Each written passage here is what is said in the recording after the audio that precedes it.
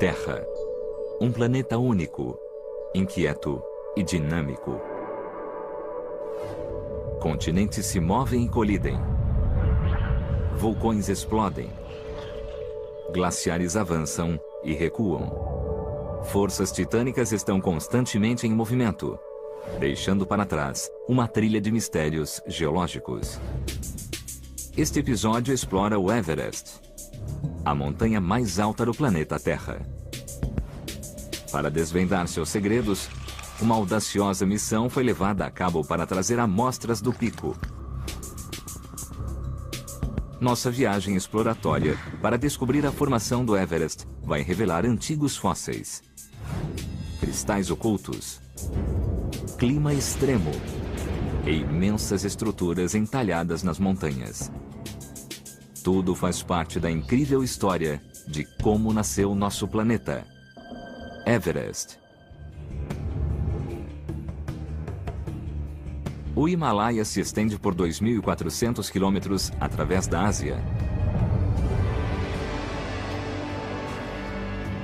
Abriga 14 das mais altas montanhas do planeta.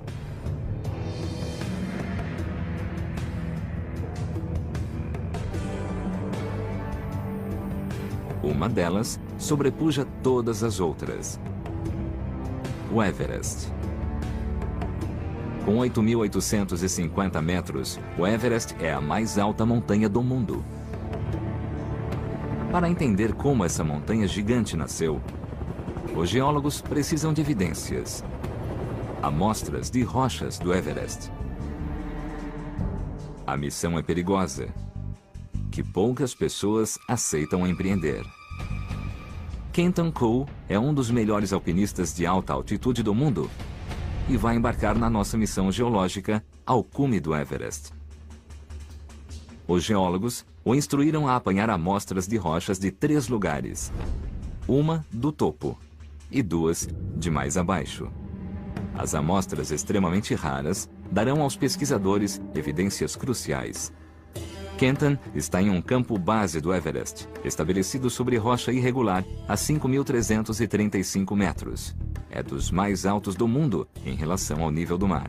Eu estou separando o material que eu tenho de levar ao campo 2, a caminho do topo.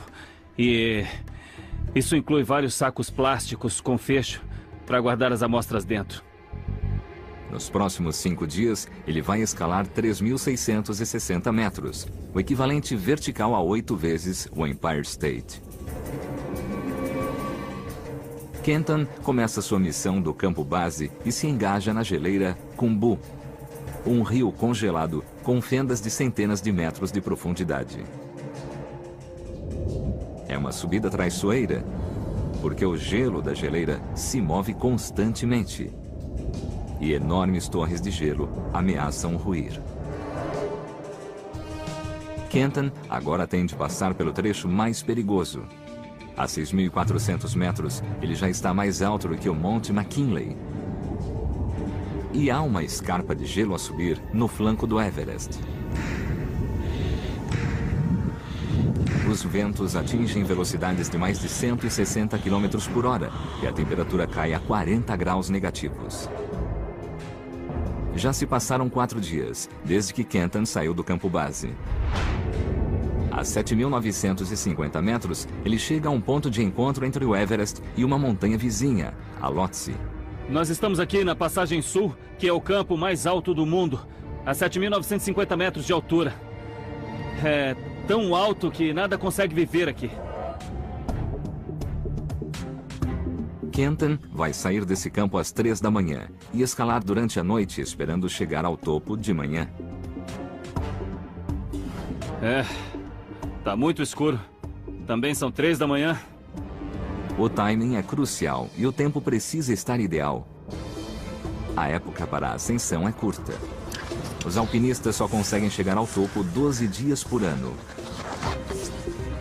Kenton precisa aproveitar a oportunidade. Agora, ele entra no que os alpinistas chamam Zona da Morte. É preciso usar oxigênio para subir, porque o ar é 3 vezes mais rarefeito do que no nível do mar. 1 de cada 10 morre ao escalar o Everest. E a maior parte das fatalidades ocorre nesse trecho final. Caramba!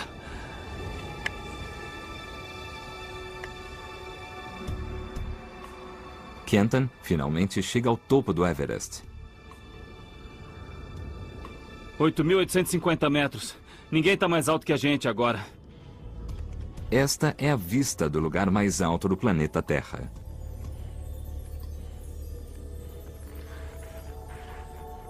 Para a maioria, o topo é a meta final. Mas para Kenton, a missão está só começando. Logo abaixo do topo, ele encontra um afloramento exposto de rocha.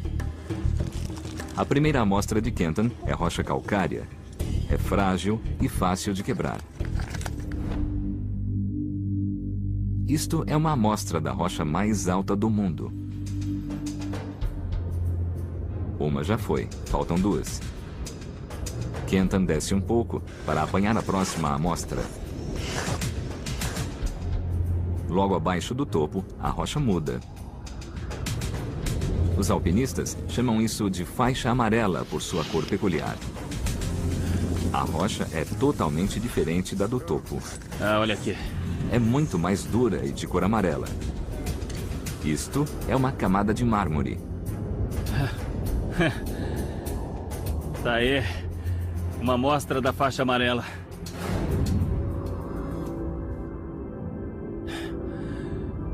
Então é isso aqui. A faixa amarela. Já coletamos amostras. Não foi muito fácil. E vamos sair daqui. Tá começando a nevar. Mas ainda falta uma amostra.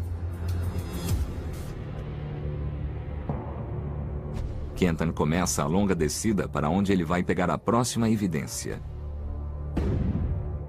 Ele entra no Vale Oeste, um grande vale em forma de U, escavado pela geleira Khumbu. Um rio de gelo que pressiona constantemente tudo para baixo há milhões de anos. Rochas e fragmentos da geleira vêm desbastando a rocha, revelando a base do Everest. Kenton precisa tirar a última amostra dessa base de rocha branca. É granito. Estamos no Vale Oeste, no Everest, a 6.400 metros. Eu estou aqui, embaixo de um dos lugares mais fáceis de alcançar, a rocha. E é um paredão de granito muito alto. A rocha branca está cheia de cristais. É extremamente dura e de um terceiro tipo, diferente da pedra calcária e do mármore.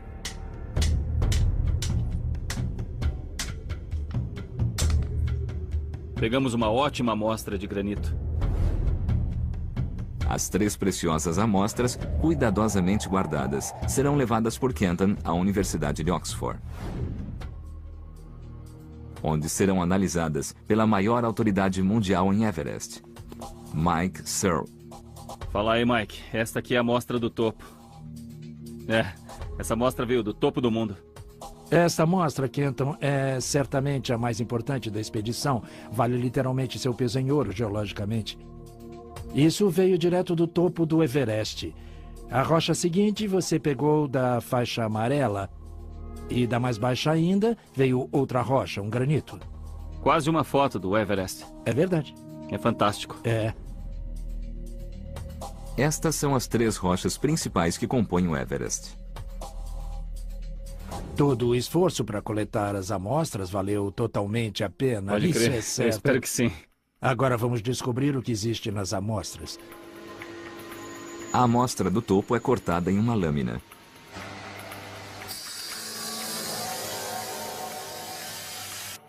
Tão fina que a luz a atravessa. Muito bem, vamos dar uma olhada na lâmina de pedra calcária que veio do topo do Everest. A amostra do lugar mais alto do mundo revela um segredo. Interessante, o que é?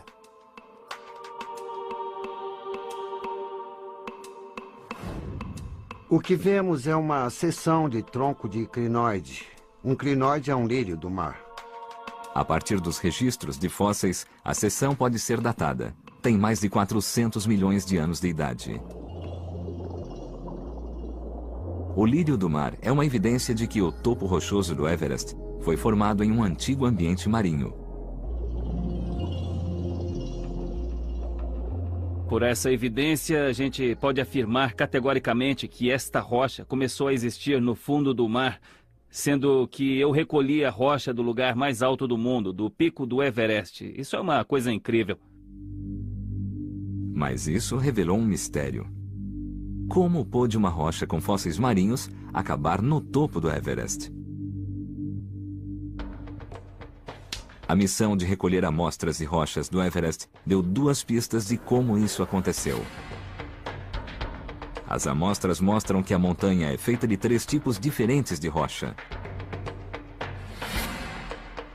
A rocha do cume do Everest contém fósseis marinhos, o que prova que ela começou no fundo do mar. Para entender como o fundo do mar veio a ser o topo da montanha mais alta do mundo, os geólogos precisam achar evidências com milhões de anos de idade. E devem voltar até antes da formação do Himalaia.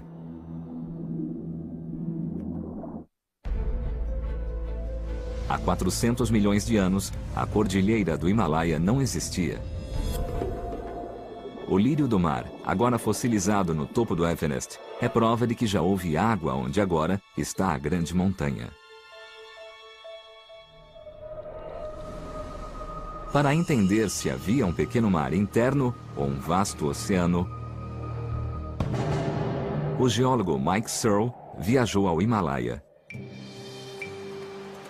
A investigação começa no rio Garcola, que desce do alto do Himalaia e traz consigo pistas intrigantes. A pedra que eu tenho nas mãos pode parecer comum e insignificante, só um cascalho tirado de dentro do rio. Mas, na verdade, é uma pista-chave sobre a formação do Himalaia e a evolução das rochas. Parece mágica, mas quando você abre uma pedra destas, o que se revela dentro dela é um maravilhoso fóssil. E este é um fóssil que chamamos amonita. Esta criatura antiga é da família das lulas. É prova de um complexo ecossistema achado no fundo do mar. A lula gigante nadava no mar que antigamente ficava entre a Índia e a Ásia. E essa é uma evidência-chave de que aqui já houve um oceano entre os continentes. Mas para achar fósseis marinhos no alto do Himalaia e no topo do Everest, alguma imensa força geológica deve ter empurrado o fundo do mar para cima até sair da água. Para entender como isso aconteceu, os geólogos tiveram de voltar mais de 100 anos. A primeira pista da investigação veio de um local improvável: a Antártida.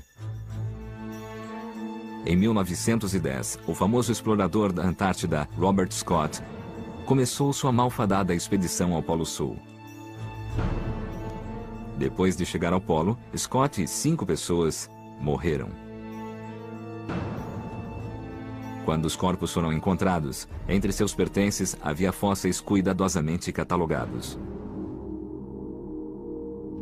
Os fósseis eram de uma antiga planta chamada Glossopteris. E há espécimes preservados no Centro Britânico Antártico. Glossopteris eram parecidas com samambaias e temos muitas evidências, raízes e folhas e troncos preservados. Os paleontólogos acreditam que foi um tipo de árvore. Fósseis desse tipo foram descobertos no mundo todo.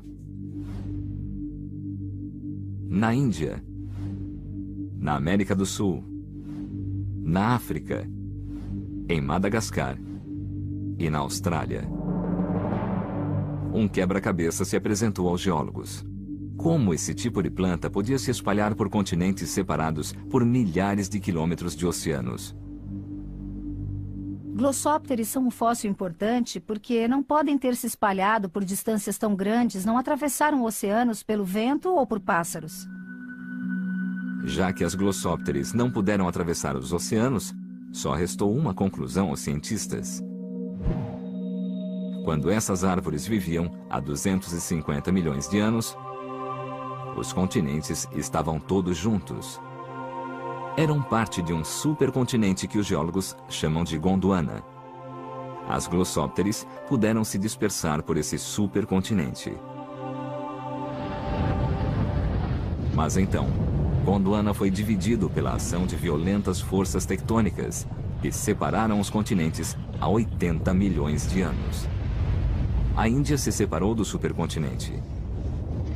Foi para o norte e acabou colidindo com a Ásia.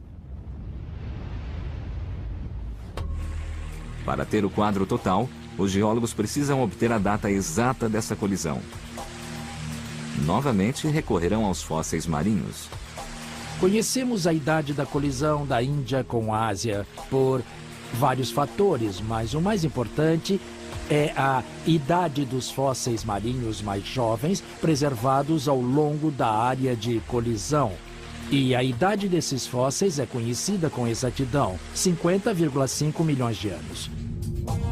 Há 80 milhões de anos, a Índia deixou Gondwana. Há 50,5 milhões de anos, ela colidiu com a Ásia. A Índia se deslocou 6.450 quilômetros em apenas 30 milhões de anos. Muito rápido em tempo geológico. A Índia foi para o norte, em meio ao Oceano Índico, a uma velocidade de placas tectônicas muito alta. No caso, entre 25 e 30 centímetros por ano, o que é muito rápido. É essa velocidade que vai explicar o tamanho colossal do Himalaia, porque, como em qualquer colisão, quanto mais rápida a colisão, pior a consequência. A investigação já revelou pistas que comprovam que a Índia e a Ásia já estiveram separadas. Amonitas são evidência de que já existiu um oceano entre a Índia e a Ásia.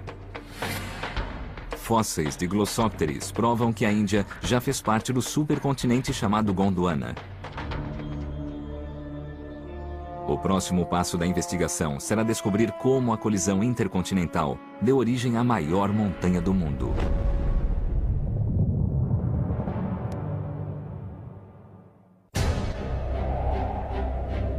Os geólogos montaram a história de como nasceu o Everest e mostraram que há 400 milhões de anos havia um grande oceano onde hoje está o Himalaia.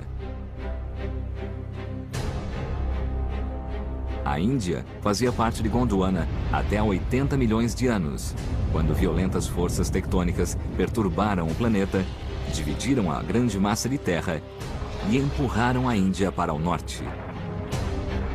Há 50 milhões de anos, a Índia colidiu com a Ásia. E pelo menos, nos 30 milhões de anos seguintes, a colisão intercontinental começou a moldar as montanhas mais altas do mundo. Traços do primeiro estágio desse processo ainda podem ser vistos no Himalaia de hoje.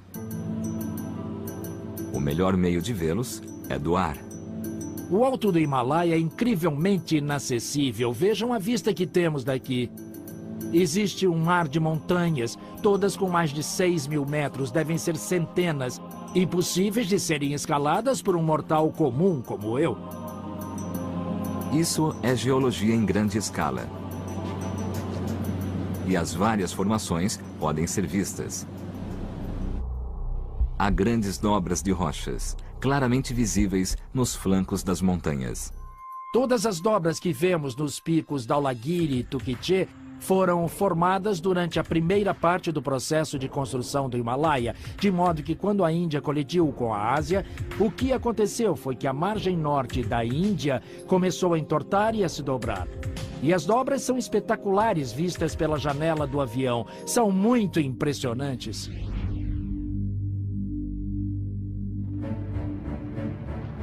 Como um grande desastre de trens, a Índia colidiu com a Ásia.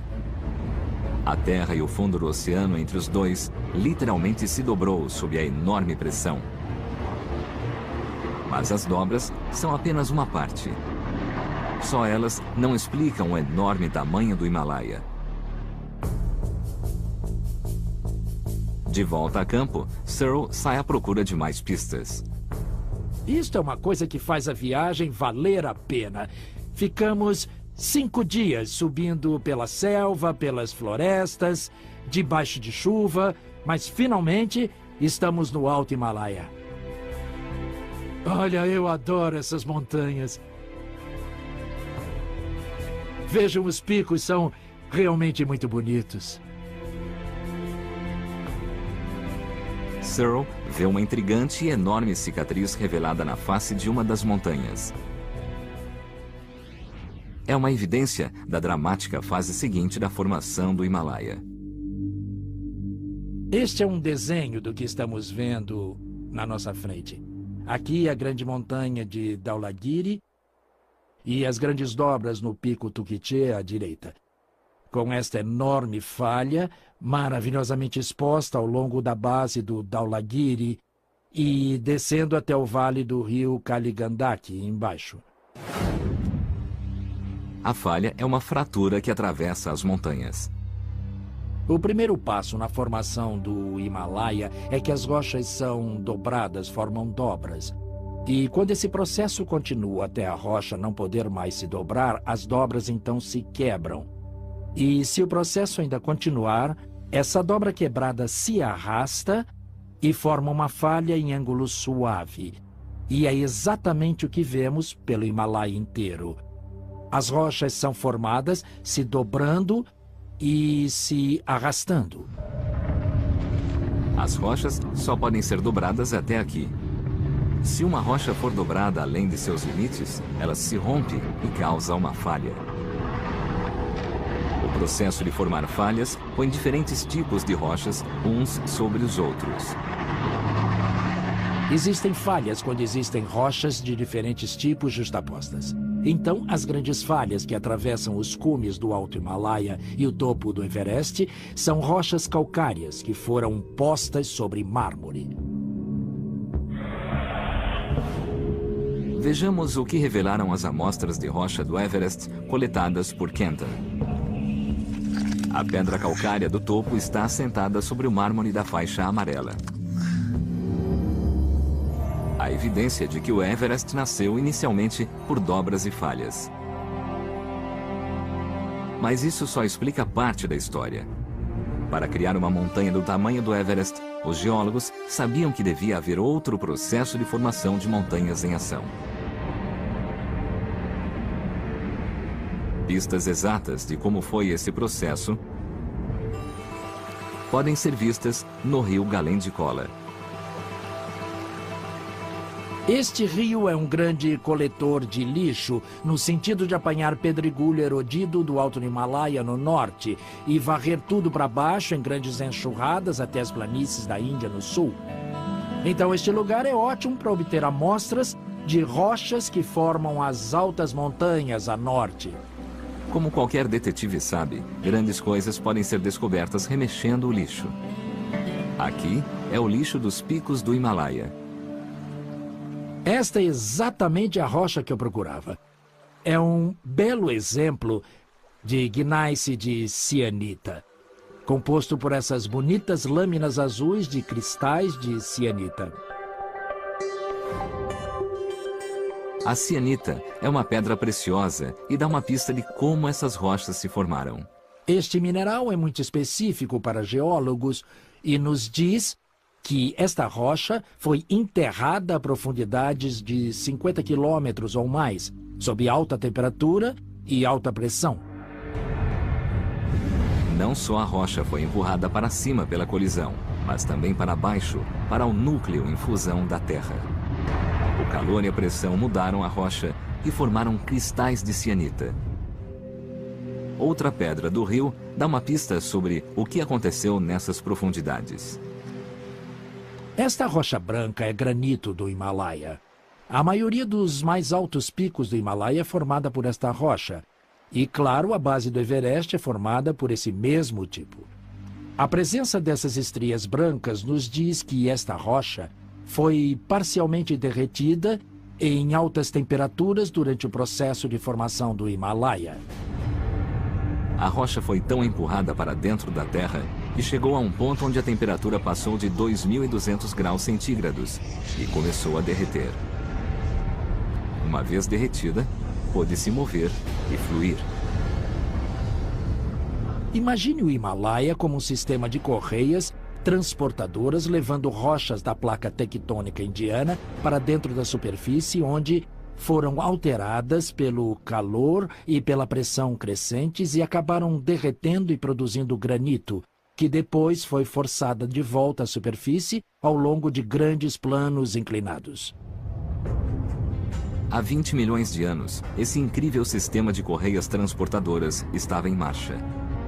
À medida que a Índia ia para o norte, uma faixa líquida de rocha em ebulição foi forçada para a superfície e esfriou, formando uma camada sólida de granito. É o processo de fluxo canalizado. Granitos são rochas muito leves e, quando são formadas por derretimento parcial da crosta terrestre, normalmente são empurrados para cima da crosta e formam cordilheiras de montanhas como a de Sierra Nevada ou de Yosemite National Park, por exemplo. O Himalaia é diferente. Os granitos fluem quase horizontalmente de onde se formaram, a parte sul do Planalto tibetano, para formar os altos picos do Himalaia. É esse sistema de correia transportadora que continua mantendo o Himalaia se elevando até hoje. As montanhas foram repetidamente levantadas em enormes proporções. É esse processo peculiar que explica o imenso tamanho do Himalaia. A missão de Kenton Cole ao Everest descobriu uma faixa de granito de rara espessura. Prova de que o incrível tamanho do Everest se deve ao processo de fluxo canalizado. Os geólogos que investigam como nasceu o Everest descobriram que as dobras e falhas provam como foi o processo inicial de formação. As estrias brancas de granito mostram que a rocha foi derretida a mais de 4.000 graus e formou uma enorme correia transportadora com poder para levantar montanhas. Mas o Himalaia foi destinado a ser parte de uma batalha geológica entre forças catastróficas e poderes que desafiam a altura do próprio Everest.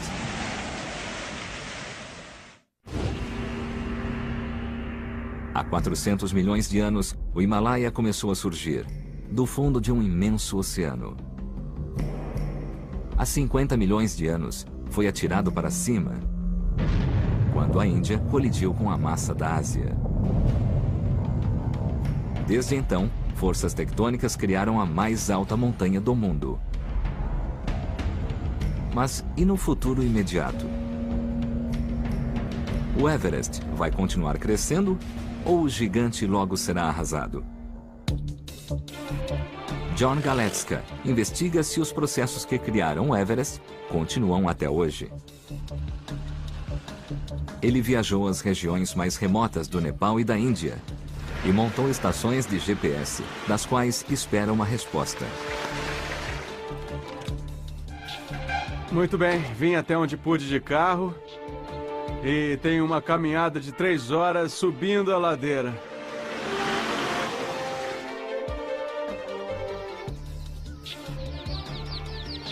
Bom dia! Tal como o GPS de um carro, esta estação pode captar sinais de satélites e monitorar qualquer movimento do solo. A estação GPS operou continuamente pelos últimos 5 anos, então, a cada segundo de cada dia, de cada mês e de cada ano, ele lê amostras de dados. E o sistema procura saber se houve mudanças na posição do local da estação, como ela se move, a velocidade da estação, acredite ou não, e até mudanças na velocidade. As leituras do GPS mostram que a Índia ainda se move cerca de 2,5 cm por ano. 50 milhões de anos depois da colisão inicial, ela ainda continua em seu inexorável caminho para o norte, entrando por baixo da Ásia. E ao fazer isso, o Everest continua a ser empurrado para cima. Mas há uma grave consequência nessa formação de montanhas: terremotos. O que está acontecendo no Himalaia nepalês é que temos a placa tectônica indiana como que golpeando a Ásia e, no caso, a Índia está perdendo, sendo forçada para baixo da Ásia. Mas, infelizmente, as placas são presas pela força do atrito e acumulam energia durante centenas de anos, que depois é liberada repentinamente em um terremoto gigante. Houve 15 grandes terremotos no Himalaia nos últimos 100 anos. O mais recente atingiu o Paquistão, em 8 de outubro de 2005. O abalo devastou a região.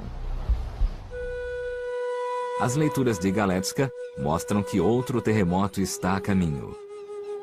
Katmandu, a capital do Nepal, está no centro da zona de perigo. Quando esse terremoto acontecer, não se acontecer, mas quando acontecer, acontecerão muitos minutos de terror. Haverá um sério abalo em Katmandu, estruturas vão ruir. Acontecerão deslizamentos em todas as montanhas, será uma devastação total. 26 milhões de pessoas do Nepal, 50 milhões de pessoas ao longo da cordilheira do Himalaia. Toda essa gente será afetada.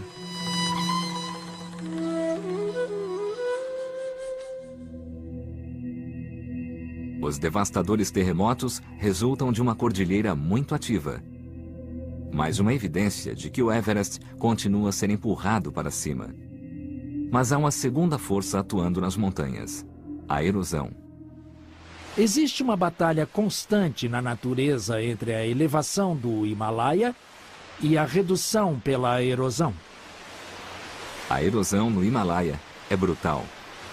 Uma pista de por que isso acontece está numa aldeia a 480 quilômetros a leste do Everest. Tirapandi.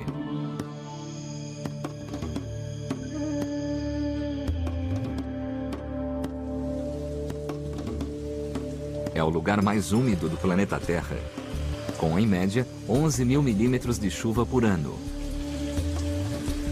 Este lugar é 12 vezes mais úmido do que Seattle, e a razão para essa chuva toda é a monção.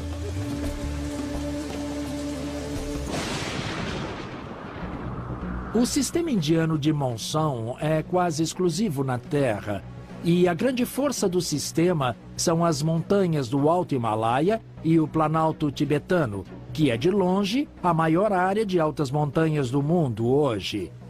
E isso causa um grande sistema de alta pressão durante o verão, o que resulta na captação de todo o ar quente e úmido do Oceano Índico. Esse sistema climático sazonal sopra por toda a Índia. Nuvens se formam e sobem ao chegar às montanhas e formam pesadas chuvas que caem por toda a Índia. As chuvas atingem seu máximo no flanco sul do Himalaia. No auge da monção de verão, alguns desses rios sobem 6 ou 8 ou 9 metros após uma só tempestade. De onde eu estou agora, o nível do rio pode subir até aqui.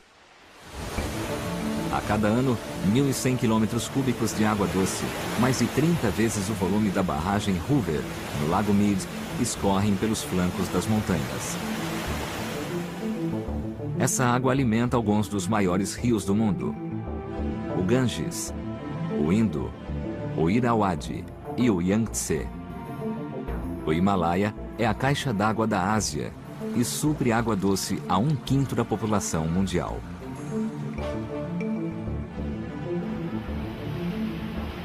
Mas essa água toda tem um efeito dramático nas montanhas. Rios rápidos escavam vales profundos.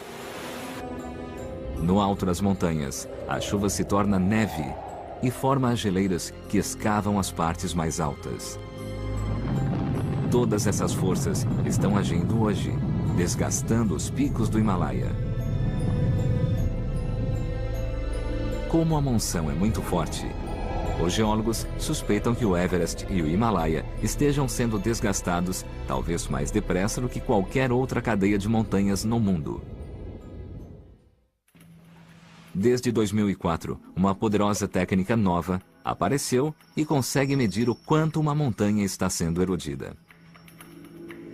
Ela usa partículas de alta energia do espaço. No momento, nós estamos sendo bombardeados por raios cósmicos e estes pontos vêm de vários lugares da galáxia. Quando as partículas atingem a superfície de uma rocha, ocorre uma mudança química. É como se fosse um bronzeado cósmico. A erosão de rios e geleiras expõe a superfície de rochas a esses raios cósmicos. E tal como um bronzeado, quanto mais a rocha ficar exposta, maior o dano à sua superfície. Medindo a quantidade de bronzeamento cósmico das rochas, os geólogos podem compreender com que rapidez rios e geleiras desgastam as montanhas. Mas conseguir isso exige uma ciência muito precisa. A concentração que tentamos medir é muito pequena, equivale a jogar uma pitada de sal em uma piscina olímpica e medirmos um grão desse sal. Após anos de pesquisa, Owen descobriu a velocidade máxima de erosão. 2,79 centímetros por ano. 6 vezes maior do que nas montanhas rochosas e mais do que em qualquer outra no planeta.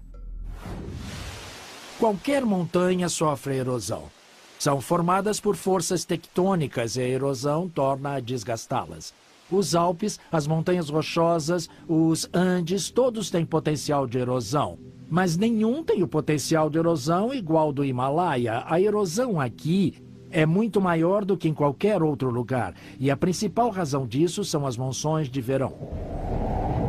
A batalha na natureza entre a elevação e a erosão continua. Mas a questão permanece. Quem está vencendo? O Everest está encolhendo ou crescendo?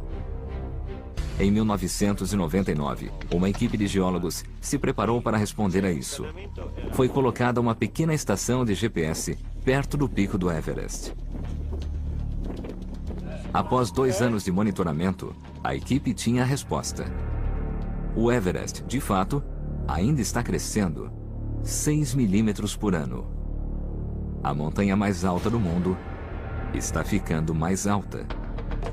A investigação sobre o crescimento e o movimento do Himalaia revelou as seguintes evidências. Dados de GPS mostram uma cordilheira muito ativa, que ainda cresce. Dados de raios cósmicos provam que as montanhas do Himalaia estão sendo erodidas mais depressa do que qualquer outra. Agora, os geólogos já têm meios de predizer o futuro do Everest. Ele e a cadeia de montanhas continuarão a crescer. Favorecidas por novas tecnologias, descobertas ainda são feitas no Himalaia, e uma delas, recentemente, revelou que o crescimento das montanhas foi tão grande que pode ter mudado o curso da história da Terra e mergulhado o planeta em uma era do gelo. Everest, 50 milhões de anos em formação. Hoje, o Himalaia é a maior, mais alta e mais ativa cordilheira do planeta.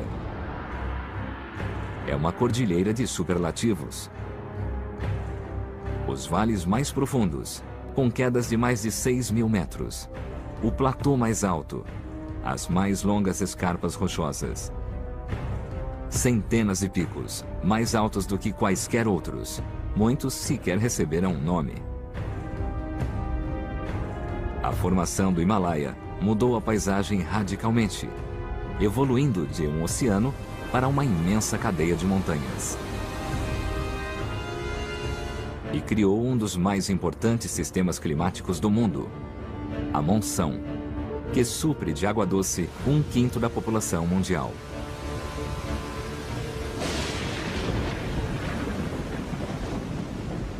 Trabalhar no Himalaia e no Tibete é realmente sensacional para um geólogo, justamente porque é um ambiente ativo e dinâmico. E além disso, são lugares climaticamente importantes. Os cientistas encontraram no Himalaia alguns resultados surpreendentes. Resultados que sugerem que o surgimento do Himalaia pode ter tido impacto no clima do planeta inteiro.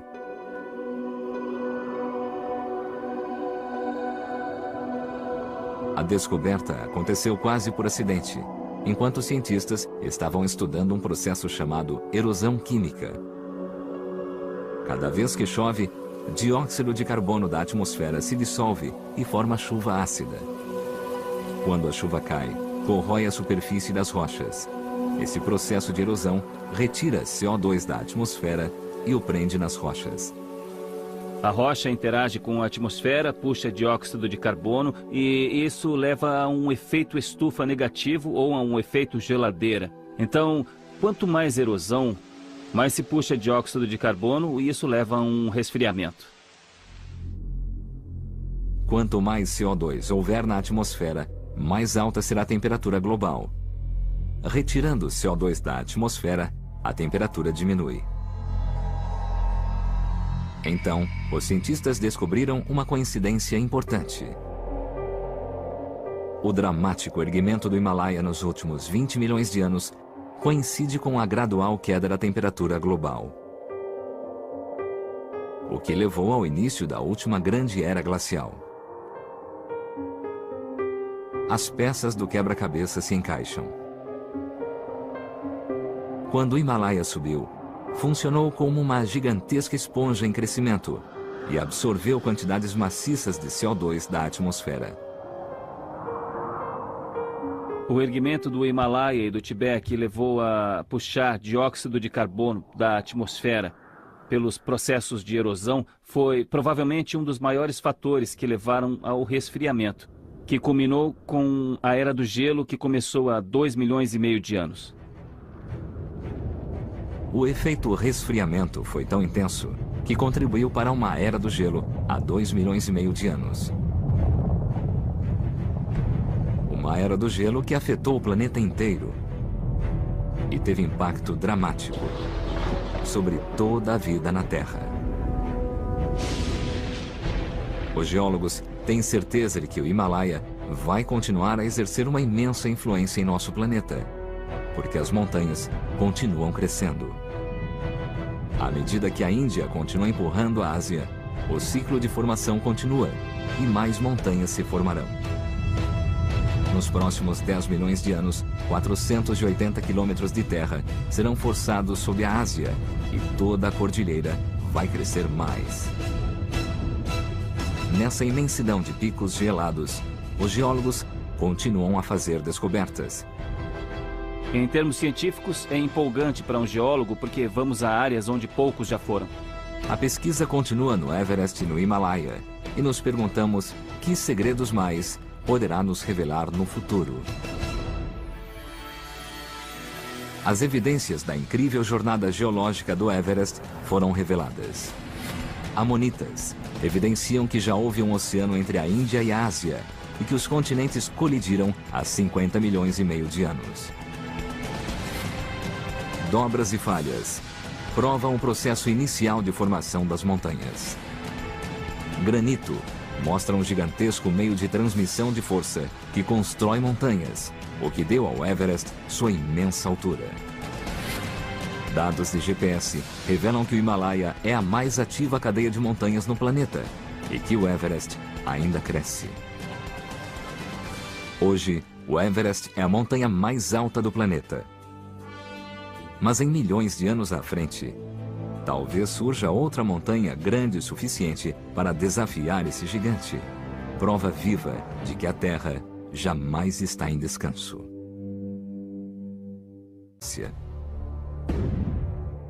Ele entra no Vale Oeste, um grande vale em forma de U, escavado pela geleira Khumbu. Um rio de gelo que pressiona constantemente tudo para baixo há milhões de anos. Rochas e fragmentos da geleira vêm desbastando a rocha, revelando a base do Everest. Kenton precisa tirar a última amostra dessa base de rocha branca. É granito. Estamos no Vale Oeste, no Everest, a 6.400 metros. Eu estou aqui, embaixo de um dos lugares mais fáceis de alcançar, a rocha. E há um paredão de granito muito alto. A rocha branca está cheia de cristais. é extremamente dura e de um terceiro tipo, diferente da pedra calcária e do mármore.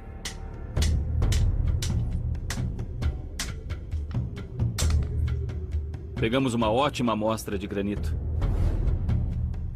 As 3 preciosas amostras, cuidadosamente guardadas, serão levadas por Kenton à Universidade de Oxford,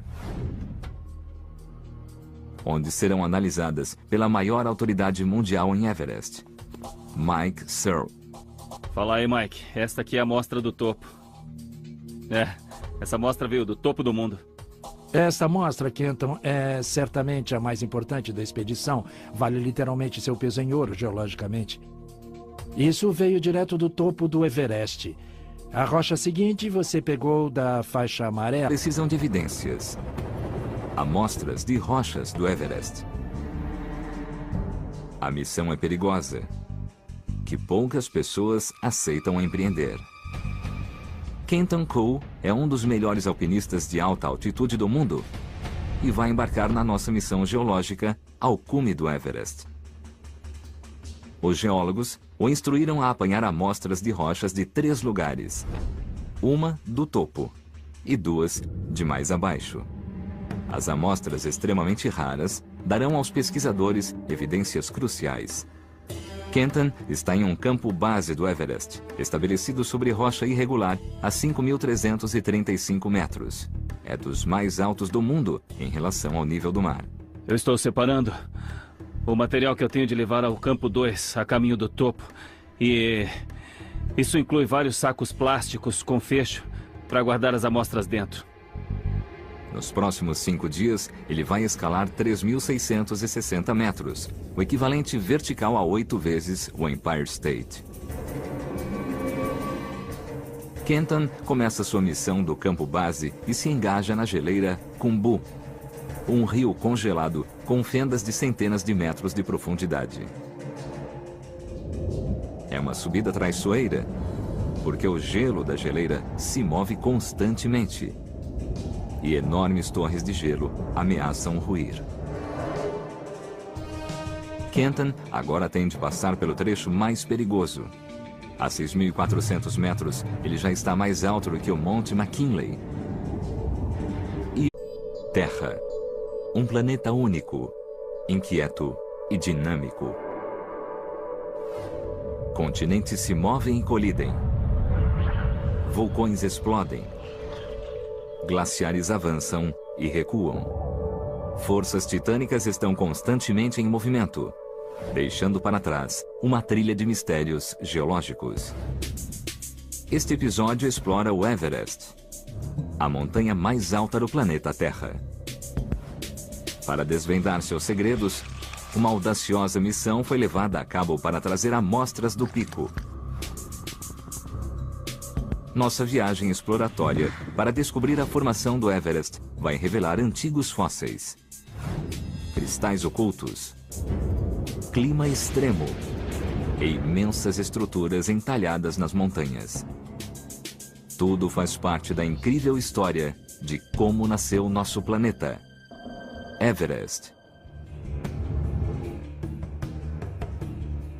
O Himalaia se estende por 2.400 quilômetros através da Ásia. Abriga 14 das mais altas montanhas do planeta.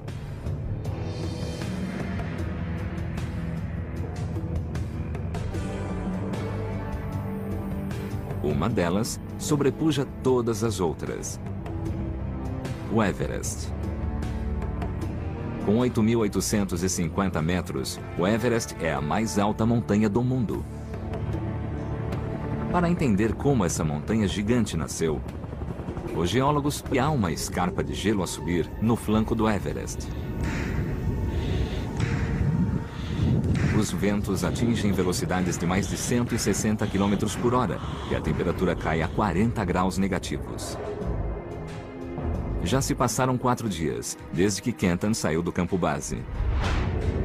A 7.950 metros, ele chega a um ponto de encontro entre o Everest e uma montanha vizinha, a Lhotse.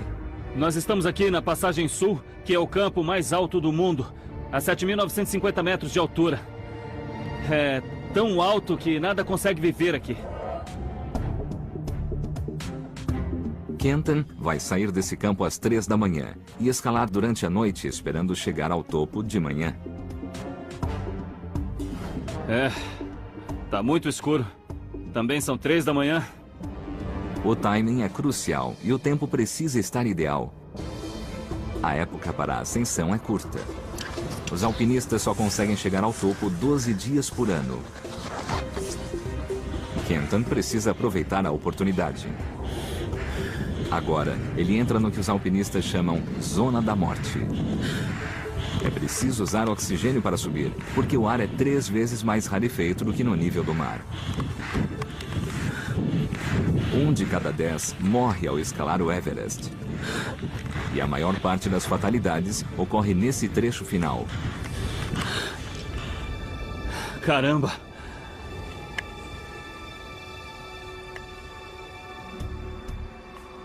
Kenton finalmente chega ao topo do Everest. 8.850 metros. Ninguém tá mais alto que a gente agora.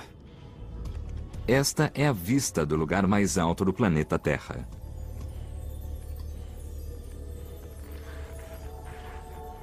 Para a maioria, o topo é a meta final.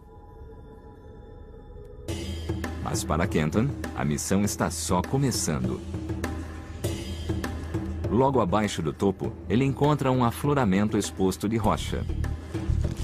A primeira amostra de Kenton é rocha calcária. É frágil e fácil de quebrar. Isto é uma amostra da rocha mais alta do mundo. Uma já foi, faltam 2. Kenton desce um pouco para apanhar a próxima amostra. Logo abaixo do topo, a rocha muda. Os alpinistas chamam isso de faixa amarela por sua cor peculiar. A rocha é totalmente diferente da do topo. Olha aqui. É muito mais dura e de cor amarela. Isto é uma camada de mármore. Tá aí. Uma amostra da faixa amarela.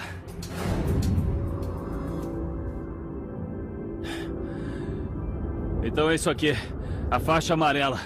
Já coletamos amostras. Não foi muito fácil. E vamos sair daqui. Tá começando a nevar. Mas ainda falta uma amostra. Kenton começa a longa descida para onde ele vai pegar a próxima evidência.